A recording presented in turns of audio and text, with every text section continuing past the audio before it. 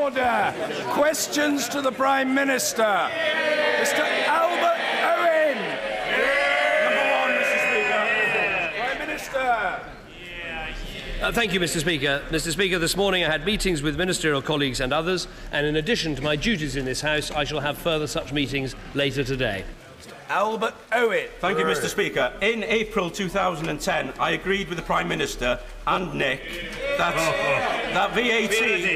VAT was a regressive tax. Indeed, the Prime Minister went further and said it was far more regressive than income tax. He went on to break his pledge to the British people and hiked VAT up to 20%. Can I give him an opportunity to restore his credibility on VAT and ask him to rule it out completely to pay for any future income tax cuts? Well, our plans don't involve putting up taxes. What they involve is continuing to grow our economy and create jobs. And I'm sure he will be pleased to know that in terms of the long-term economic plan, a new statistic has come out today, which is we used to say there were 400,000 new businesses in Britain. I can now tell the House that since 2010, there are 760,000 new businesses in Britain. And Maine. Thank you very much, Mr. Speaker. Does my right honourable friend share my concern that the one topic not being discussed today is in the opposition debate is the Welsh Health Service? Sadly, my mother died.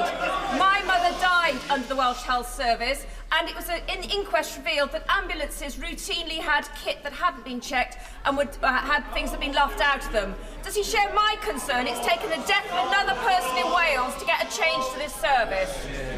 I think my honourable friend makes an important point, which is there's a debate on Wales in the House today, but not a debate about the health service in Wales, which we should have a debate about, because in Wales they made the decision to cut the NHS budget rather to increase it as we've done in England. They haven't met an NHS target on cancer or waiting times since 2008. The NHS in Wales is in trouble, and that's not because of hard-working doctors and nurses, but because of a Labour administration that cut the NHS and has failed to reform it. Ed Miliband. Mr. Speaker, everyone was appalled by the abuse of people with learning disabilities at Winterbourne View. It is a basic obligation of a civilised society to treat everyone, particularly the most vulnerable, with respect and dignity. Now, a couple of years ago, the government set the aim of moving people into the community and out of these assessment and treatment units. Today's report shows it hasn't happened. Can we today, across the House, reaffirm this aim? We should absolutely reaffirm that aim, and anyone who watched the television programme on Winterbourne View, like me, would have been absolutely shocked about the way people with learning disabilities are treated, and everybody knows this has been a problem for years and decades, not for a few months, that we've got to do more to get people out of hospitals and into loving and caring homes in the community. The reason that we commissioned this report from Sir Stephen Bubb, and it's an excellent report, is because the commitment to get all the people out of the hospitals hadn't been met. And what Sir Stephen has done, I think, is come up with good ideas for how we bring together the health service and local authorities to make sure that people with learning disabilities are treated with respect. Mr. Speaker, I'm grateful for that answer, but there are still more people with learning disabilities moving into institutional care than moving out of institutional care, taking them away from their families and friends. Can he promise today that there will be a clear timetable so that the promises made to people with learning disabilities and their families are kept? Minister. I don't want to set out a timetable that it isn't possible to meet. We've just received this report from Stephen Bubb, and to be fair to him, what he says very clearly, it's unfair to blame the government. I think it's been a system failing, and I'm very keen not to put the blame anywhere. I'm very keen that we move on, and indeed we should move on and plan properly how we commission care and how we commission places in the community using local authorities as well as the NHS, and we respond to this report in good time. Otherwise, we'll make the same mistake again. Miliband. Well, Mr. Speaker, I hope he will take the report away and consider setting out a timetable, because a promise was made, and this is about the future and doing right by people with learning disabilities and their families. I want to turn to the wider issue of the NHS, Mr. Speaker. We saw a report this week of a patient waiting 35 hours in A&E. And across England, A&Es including Scunthorpe, Middlesbrough and Kings Lynn are telling patients not to turn up. And we've seen report after report of patients waiting hours for ambulances. Does this represent more than some isolated incidents, but actually shows an NHS in England at breaking point? What the figures show is, yes, the NHS is under pressure, and the figures are these. Last week, 429,000 people presented at accident and emergency units across England. That is 3,000 more patients every day than under the last government. So that's what's happened, is a big increase in accident and emergency admissions. Now, the target, as he knows, is to see 95% within 4 hours. The running total for this year is 94.7%, so 0.3% below what we are meant to achieve. Now, the key thing is, what are we going to do to respond to these problems in A&E? What we are doing is putting £700 million more into the NHS this year. Now, we're only able to do that because we have a strong and growing economy, and that is the key. You can only have a strong NHS if you have a strong economy. Speaker, the truth is that the crisis in A&E is a symptom of the crisis in elderly care and in relation to getting to see a GP. Now it's the case that one of the biggest problems is that 1 in 4 people are unable to get to see a GP within a week. And we even heard yesterday from the Health Secretary that this is a problem. Mr. Speaker, what does it say about the NHS when the Health Secretary says he goes to A&E because he can't get a GP appointment? Yet again, he comes to this House and raises a problem that he created. It was the Labour Party's GP's contract. After that happened, 90% of doctors opted out of out-of-hours care. That is why we are putting in place arrangements for 7-day opening for GPs. Already 7 million people have access to that. But I repeat, if you can't run the economy, you can't run the NHS, and he couldn't run either. The truth is, we introduced evening and weekend opening. He cut it. We opened walk-in centres. He shut them. And he promised to improve GP access, and he hasn't delivered it. And it's happening on his watch. And today, Mr. Speaker, the King's Fund says that without an emergency injection of resources, the NHS is going to face financial meltdown. This is exactly the same pattern that we saw under the last Tory government. Winter crisis followed by emergency bailouts. Isn't it a damning indictment of his record on the NHS that we are back to those days? What we have with the NHS is this government putting £12.7 billion more into the NHS. That's why we've got 1,200 more nurses, 8,000 more doctors, and patients are being treated with greater care. But the real point is this. He famously forgot to mention the deficit. And we know what happens when you forget about the deficit. Look what happened to healthcare spending in Portugal, cut by 17%. Look what happened to healthcare spending in Greece, cut by 14%. He can't run the economy, he can't run the NHS, he's got no plan for either. I'll tell him what's happening. Deficits are rising right across the NHS because of his mismanagement, his top-down reorganisation that nobody wanted and nobody voted for. And he's turned the NHS from a service that was succeeding to a service in crisis. And it is a crisis of his making. He closed the walk-in centres. He introduced the top-down reorganisation. He cancelled the GP target so people could get in to see their general practitioner. He's broken his promises. Only a Labour government can save the National Health Service. What he forgets is when we put £12.7 billion into the NHS, his shadow health secretary said it was irresponsible. It's only because we've safeguarded the economy that we can safeguard the NHS. The fact is, he forgets the deficit, his shadow health secretary forgets mid-staffs, and both of them have forgotten you only get a strong health service with a strong economy. Dr. John Pugh. Thank you, Mr. Speaker. Incinerator, a manufacturing company in my constituency, provide portable incinerators to the United Nations. That's crucial and vital in addressing the issue of Ebola. They're now offering to donate a further £200,000 worth of equipment if the government will match it. Will the government consider this proposal? I certainly look at the proposal that he makes. After all, we backed the Ebola fundraising that was very effective in that excellent England-Scotland International, which raised a serious amount of money for Ebola, and also we also acted on the Band-Aid single, so we'll have a very close look at what he says. Ian Murray.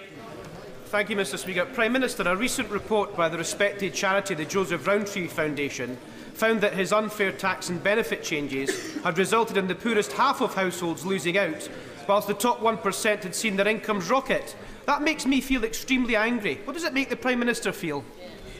Well, I've studied this report very carefully, and what, of course, it says is that the rise in adult poverty that this report outlines actually occurred on Labour's watch. Yeah. Since the election, we've seen 600,000 fewer people in relative poverty, 670,000 fewer workless households, 300,000 fewer children in poverty. But the other point about this report, Mr. Speaker, and I'm sure the House will want to hear this, is that the report only covers the income figures up to the period of April 2013. And the report says, and I quote directly, "Since the middle of last year, there have been huge increases in employment, which surely impact on incomes and the risks of poverty." That's absolutely right. Mr. Speaker, in my constituency, we're very proud of local boy Lewis Hamilton. Would the Prime Minister join me in congratulating Lewis, congratulating Ross Brawn, who helped to design the car, and Mercedes, of course? And does he agree with me that the British motor racing industry not only gives us a lot of entertainment, but it also gives us jobs, engineering skills, and British business success? I certainly join my honourable friend in praising Lewis Hamilton. He's a young man with nerves of steel, huge ability, and I think he made everyone in our country proud. But my honourable friend is right. We shouldn't just be proud of the drivers, we should be proud of the industry, because the fact is all 19 of the Formula One races last year were won by British-built cars. This is an enormous industry for our country. There are 43,000 people employed in Oxfordshire alone in this industry, and it's also worth remembering it's not just Formula One. I had a reception at number 10 Downing Street for the whole motorsport industry, and it's very important to remember that goes all the way from go-karting up to Formula One, and Lewis Hamilton started off in a go-kart. To Roberta Blackman-Woods. We don't call it. Recent figures from the ONS show that real wages have fallen up to 9% in recent years, with 2/3 of those who got work last year earning less than the living wage. This is leading to extensive in-work poverty, especially in areas like the North East that already have lower incomes. How can the Prime Minister say that we are all in this together, and what's he going to do to tackle the issue? First of all, what we're going to do about it is go on growing the economy, creating jobs, and crucially cutting people's taxes. Because the best way to help with this issue is to do what we've done, which is to lift 3 million of the lowest paid people out of poverty altogether, and to cut taxes for 26 million more. But what the figures show is actually 2/3 of the jobs that we've created have been full-time jobs, not part-time jobs. The long-term economic plan is working. Sir Edward Garnier. Thank you. A few weeks ago, a 92-bed hospital in Kerry Town in Sierra Leone was completed at a cost of £2 million to the British taxpayer. That is a good thing. As of last night, it was looking after 5 patients. It is run by Save the Children. Would my right honourable friend have a word with the Secretary of State for International Development and others in government to make sure that that hospital is made proper use of? Right, honourable friend is absolutely right. It's good that it has been built and built roughly on time, but there is an issue about its operation and the work we're doing with Save the Children, and we're working with them intensively to make sure that the hospital reaches its full capacity and its full use. Because as well as that facility, we're building other facilities across Sierra Leone and, of course, community centres as well, because we need all these facilities to bring Ebola under control. Pete Wishart. Prime Minister, we're living in the early days of a UKIP UK, where Farage and company pull all the strings to this House. Pandering to UKIP has been a disaster for the Prime Minister and the Tory party. Just one cursed look at the opinion polls will show that. Isn't it time to stand up to his pernicious agenda, to take him on? My country might be dragged out of Europe against its will because of this UKIPification. How could that possibly be right? I'd say there's something that his party and the UKIP have in common, which is they seek to divide people. We stand for the United Kingdom and bringing people together. Thank you, Mr. Speaker. We can all agree. I welcome the Prime Minister's strong support for protecting funding for the NHS and also the drive towards efficiency in Dorset. But the needs are great, particularly for children's mental health services, for adults in crisis and social care. Will the Prime Minister give his support to additional resources for the NHS and social care in the forthcoming autumn statement? Well, my honourable friend will obviously have to wait for the Chancellor and his autumn statement. But as I said a moment ago, we have been able to put more money into the NHS and to make sure that the NHS and social care are working better together, for instance, with our Better Care Fund, because we have a strong economy that can deliver those resources. And I'm absolutely committed to making sure we safeguard and improve our NHS, and that means everything to do with our NHS, including, of course, mental health, which she mentioned. Sir Gerald Kaufman. Will the Prime Minister condemn the new Israeli government bill, which removes what are defined as national rights from all Israeli citizens who are not Jews, makes Hebrew the only national language, and has been denounced by the Israeli Attorney General as causing a deterioration in the democratic character of the state? Will he make clear that statutory repressive removal of citizenship rights on the basis of religion will turn Israel into an apartheid state?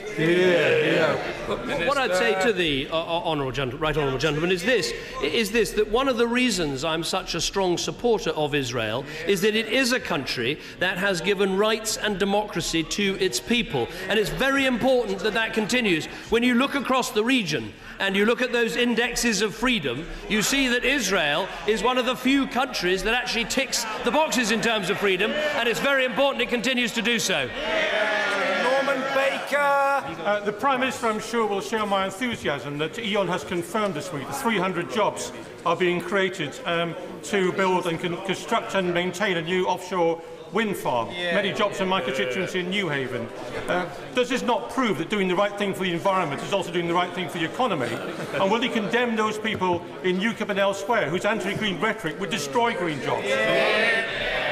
Well, I think what you've seen under this government, and of which until recently he was a part, is that we have seen consistent levels of investment into green energy, which is producing jobs in our country. Obviously, it's welcome what's happening in New Haven, but it's also very welcome what's happening on the Humber Estuary and in Hull in terms of the large Siemens investment, which is not just about making wind turbines, but is also going to be a huge, involve a huge supply industry around it as well. Khalid Mahmood. On Saturday, I attended the service at the Birmingham Cathedral, along with the families of those that lost loved ones in the 1974 bomb bombings. They're all aggrieved after a 40-year-long wait.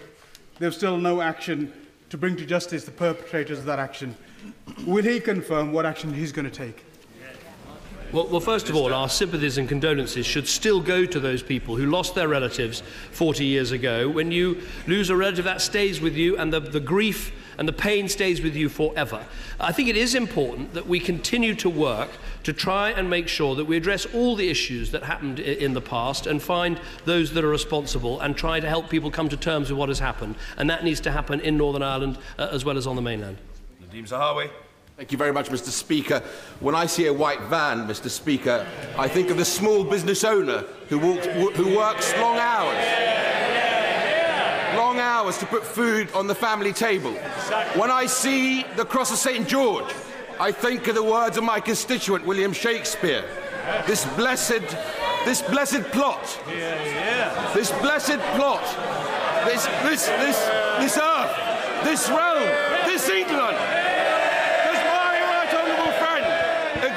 me that we shouldn't sneer at people who work hard, who are patriotic and who love their country.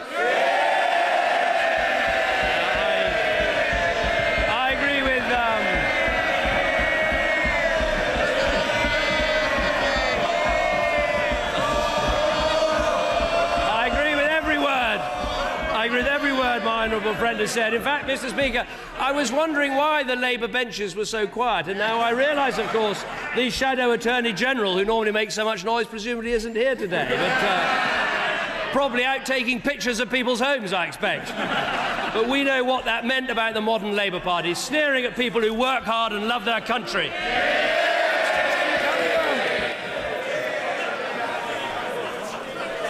Thank you very much, Mr. Speaker. Can the Prime Minister tell the House how much taxpayers' money his government spent challenging the EU cap and bankers' bonuses before it was abandoned last week? Has he learned nothing from Rochester and Clapton? And isn't UKIP right? Even UKIP was against increases in the bankers' bonuses. Prime Minister. We were taking the same approach as that was advised by the Governor of the Bank of England and by all the experts who advised us in that position. And I think it is important to stand up to Brussels and to challenge when you think they've got it wrong. Andrew Rosendale. Mr. Speaker, is the Prime Minister aware that areas such as Romford and the London Borough of Havering, with a high concentration of older people, will be substantially hit by the financial implications of the Care Act? Will he meet with me and a delegation to look at a more equitable funding arrangement for older people? Well, I will make sure that my honourable friend has a meeting either with me or with the Health Secretary to discuss this issue. I think it is important. The Care Act makes some very important breakthroughs in terms of providing care for people and making sure there is quality care for people. Also, what I'd add to him is if he does have a high concentration of older people in his constituency, obviously they will welcome the fact that by next year the basic state pension will be £950 higher than when we came to government in 2010. Carl Turner. Does the Prime Minister think it's right to give Serco a £70 million contract when there are questions around its handling of Jarl's Wood and allegations of serious abuse and sexual violence? Does he not agree that a full independent inquiry into these allegations should have been carried out before his Home Secretary signed off on that contract? Now, I think it's very important when these contracts have gone wrong, and he's right, in some cases they have gone wrong, that this is properly looked at, investigated, and lessons are learned. And on occasion, we've made sure that serious amounts of money has been recovered from the companies concerned. But what I think we shouldn't do is use one or two bad contracts to fulfil the trade union's dream of ending all contracts altogether. Mark Menzies. Thank you, Mr. Speaker.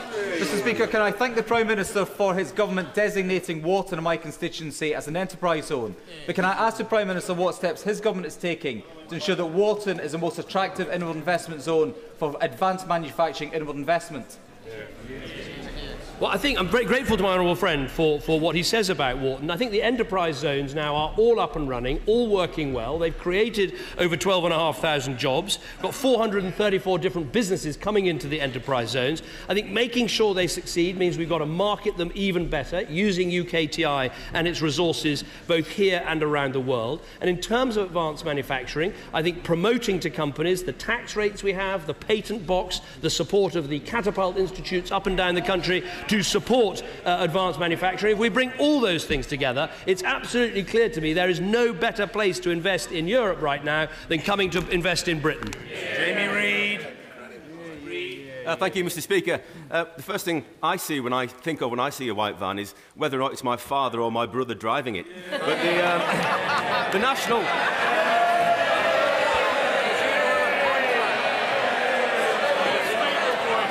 Mr. Speaker, Mr. Speaker, Mr. Speaker.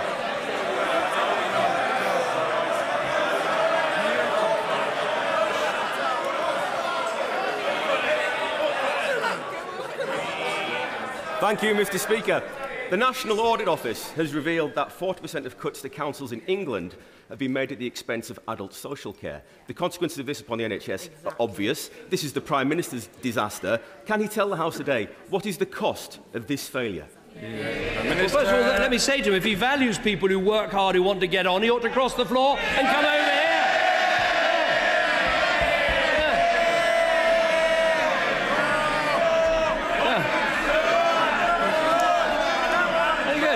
Very good.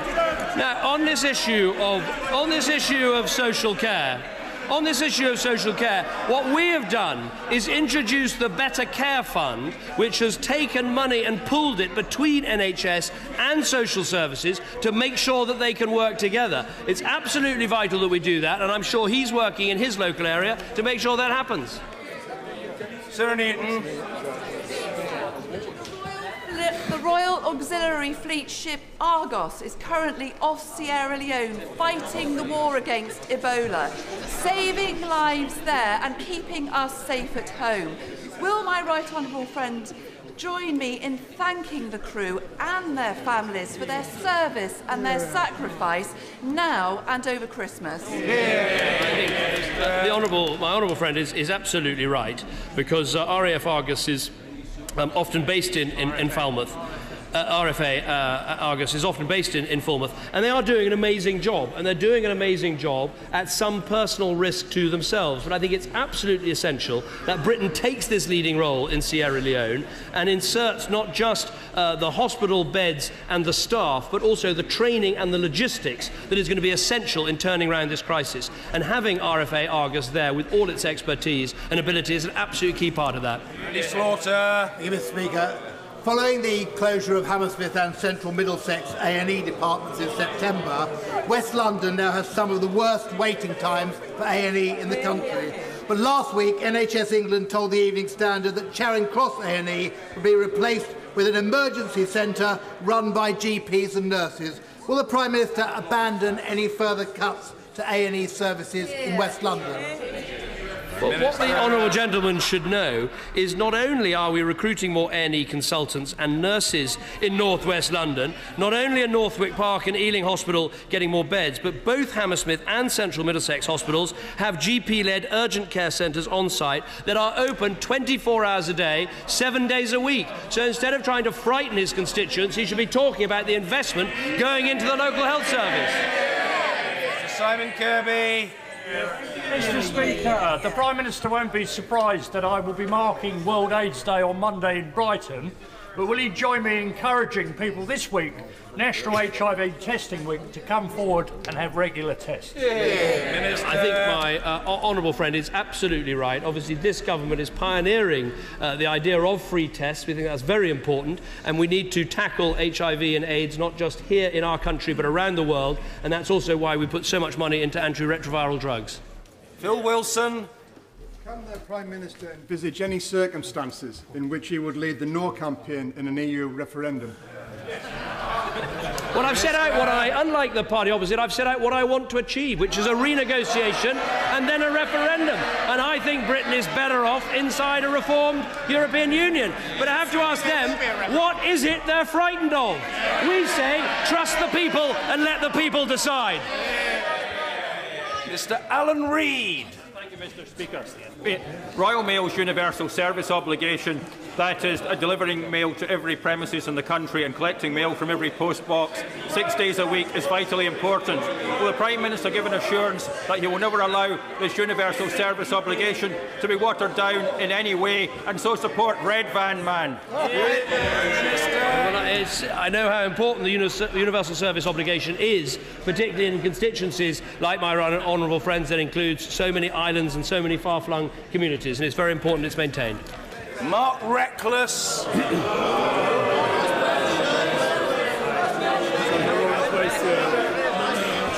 I am grateful to the Prime Minister. I am grateful to the Prime Minister. Order. A parliament believes, if it believes in anything, in free speech. I don't need the heckling. It's tedious. It's low grade. The honourable gentleman will be heard however long it takes. It's as simple as that. Mark Reckless. What do you mean?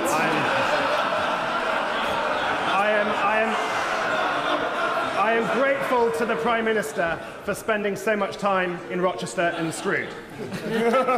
Dr. Philip Barnes, acting Chief Executive of Medway Hospital, said this morning that what our hospital needs is a period of patience and stability.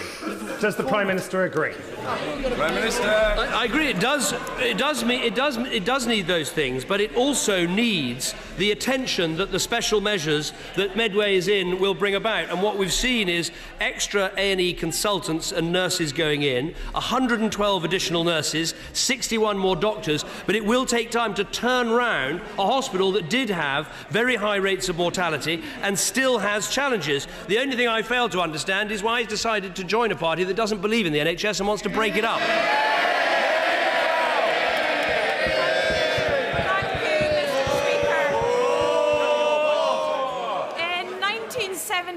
The very first refuge in the world was set up in Chiswick in my constituency.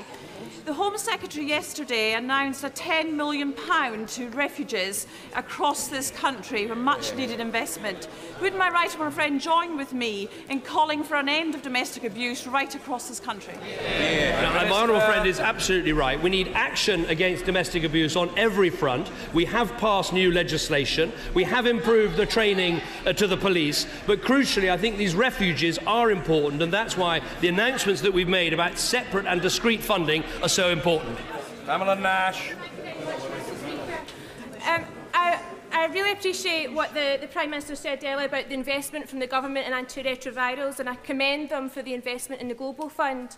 But I'd ask the House to remember today that 76% of children living with HIV in the world do not receive medication, largely because there's no research and development incentive to make those medications available. We've seen at our peril that the lack of investment in neglected diseases such as Ebola risks the health of everyone in the world. Can I ask the Prime Minister what he will do to encourage investment in neglected diseases? Well, first of all, I very much agree with what she said about the Global Fund. I think it's been an excellent way of getting countries around the world to make their contributions, and Britain has been no slouch in doing that, and we've been a major funder of the Global Fund. I think in terms of how we tackle diseases and pandemics and problems in our world, I do think we have to have a serious look at the World Health Organization. It is the body under the ambit of the UN that ought to be able to respond and respond more rapidly, but it's an organisation badly in need of reform. And as I've said in this House before, I think we need to look at how we pool resources so we can act more quickly, but part of that should also be reforming particularly the regional aspects of the WHO, which is not fit for purpose. Andrew Turner. Does my right honourable friend believe that Tony Blair should get a Global Legacy Award from Save the Children for taking us to war unnecessarily in Iraq? Minister. The remarkable thing about this award is that Tony Blair got it from someone who used to work for Gordon Brown. So, obviously, the person who gave the award knows about peacemaking and peacekeeping, but I think it's not for me to get involved. Jack Dromey. Mr. Speaker, in 2010, the Prime Minister promised to protect the front line. Yet, in the biggest police cuts in Europe, our police service is facing the loss of 30,000 officers, over half from the front line, and threatening, in the words of the Association of Chief Police Officers, their ability to perform their statutory functions and protect the vulnerable. Does the Prime Minister understand the concern being expressed in communities all over the country at the systematic undermining by his government of the bedrock of policing, local policing, neighbourhood policing? I don't accept what he says because, look, we have made difficult decisions about police budgets. We had to cut those budgets by 20%, but at the same time as doing that, what we've seen is crime has actually fallen in this country, whether you measure it by the National Crime Survey or by the reported figures to the police. On both counts, crime has come down. The other thing that's happened is because the police have done such a magnificent job at reform and efficiency, the percentage of officers on the front line has actually gone up. Not least Jason McCartney. Every hour, one man dies from prostate cancer in the UK. Testicular cancer is now the most common cancer in men aged 25 to 49 in the UK. And on average, every day, 12 men in the UK die from suicide. Will the Prime Minister join me in congratulating all the men who have taken part in the Movember campaign to raise these men's health issues, and will the government continue to fund them and support these vital men's health issues? I certainly join my honourable friend in praising all those who've taken place in November. He's sporting a pretty magnificent specimen. I have to say, my honourable friend next to him looks like he's about to star in a Cheech and Chong movie. It is absolutely remarkable, and I'm sure that in terms of my protection team, they have done incredible work and they're raising a lot of money. I'm only sorry that I can't seem to be able to join you. But the causes are important, particularly these cancers that really need to raise awareness, improve treatments and save lives. Order.